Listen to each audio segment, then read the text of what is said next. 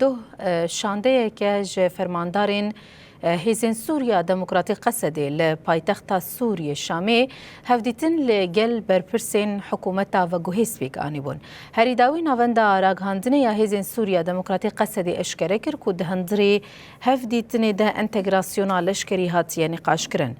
نوانده راگهاندنه یا قصدی اشکره کر که فرمانداری گشتی قصدی مظلوم عبدی و اندامین فرمانداری گشتی سیپان حمو و سوزدار حاجی جه خواد شانده ده گرتنه.